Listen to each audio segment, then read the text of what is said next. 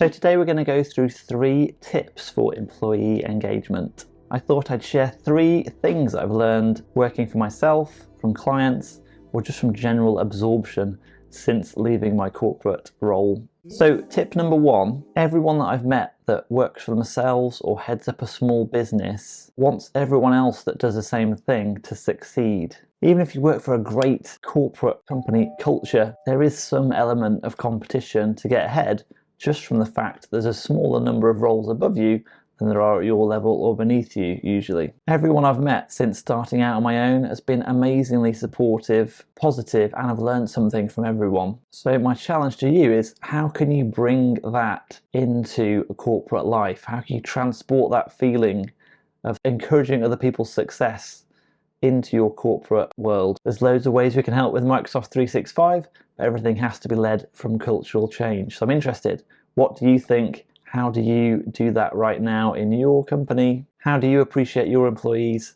Or what have you learned from working on your own? Let me know in the comments below. Tip number 2, every decision made in an organization always impacts the people at the bottom the most, and they have the least say in what happens to them. Restructures, redundancies, who your boss is, all have a disproportionate impact to the lowest level in the organization. So try to remember this when you say you put your people first. Chances are that you don't. So how can you live up to your aspirations today of putting people first? I think that's an unreasonable ask.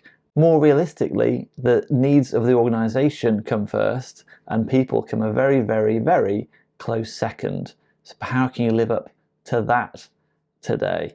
What can you do to make people feel more inclusive, more included in decisions that affect their lives?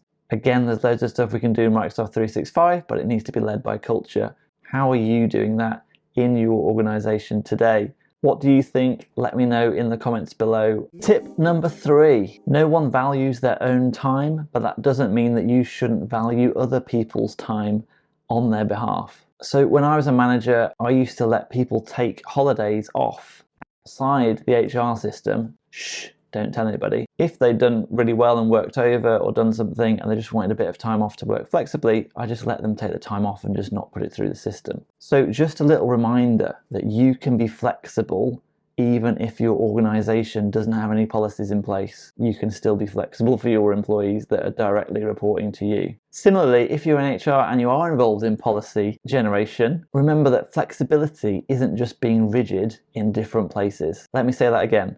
Flexibility isn't being rigid in different places. So if you're putting together a hybrid work policy, why should you care if someone does their work in the office or in their kitchen or in the Maldives?